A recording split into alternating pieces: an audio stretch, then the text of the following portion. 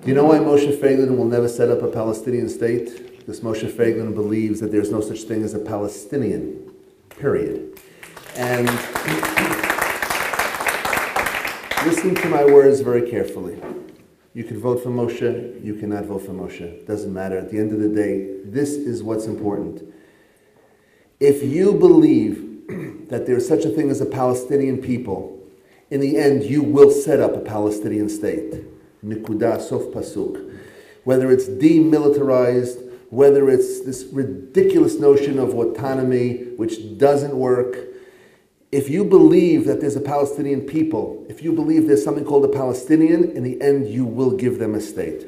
So we need a leader that simply does not believe that. As far as ideology is concerned, that's what Moshe is all about. That's what Manhigut Yehudit is all about. Because we have a decision we have to make here. Are we America's 51st state? Are we a Hebrew-speaking Singapore? Or are we a proud, strong Jewish state where every single child in this country deserves a Jewish education without religious coercion, without being arm-twisted, but to understand where he or she came from? Some of the things that Moshe is trying to pass through the Knesset, for example, would be as follows. We want Shabbos observance in this country to increase, but we all know that if we stop the soccer games on Shabbat, we just say, no soccer games on Shabbat, it's Chilul Shabbat, that will lead to blood, because you can create a Palestinian state to give away Hebron, but you take away a guy's soccer game, he'll kill you. And what we want to do is have Sunday as a day off. And what will happen is, I know my daughter can't wait till Moshe becomes prime minister because she wants Sunday off. That's what Mazal keeps saying. So if you're watching Mazal, vote for us. Another 2 years, she's 16. Any case, so what happens is...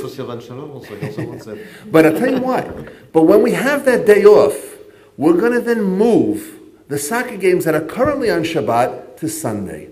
Now I have spoken to 100 non-from Jews in this country. It's called Chilonim. And I've asked them, let me ask you a question. This is not a scientific poll in any way, but I've spoken to many, many people, over 100.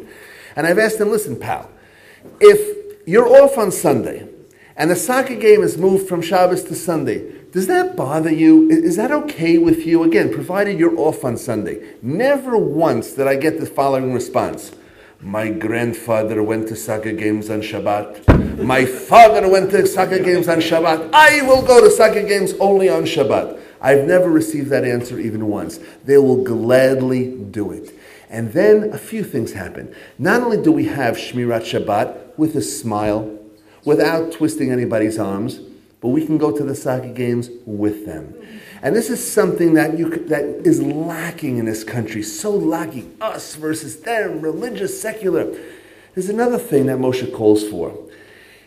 Everybody says, oh, Haredi don't serve in the army, and the whole army issue. Moshe calls for a 100% volunteer army.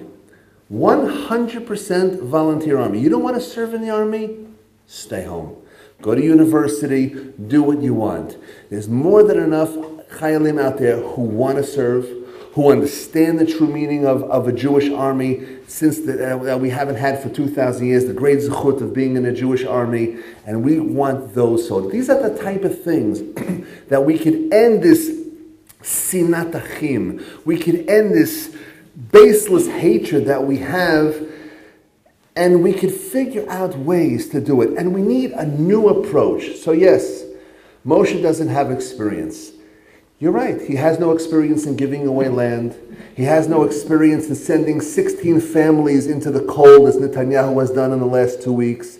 He has no experience in appointing Ehud Barak as the defense minister. He has no experience in these type of things. And you know what I say to that? Baruch Hashem.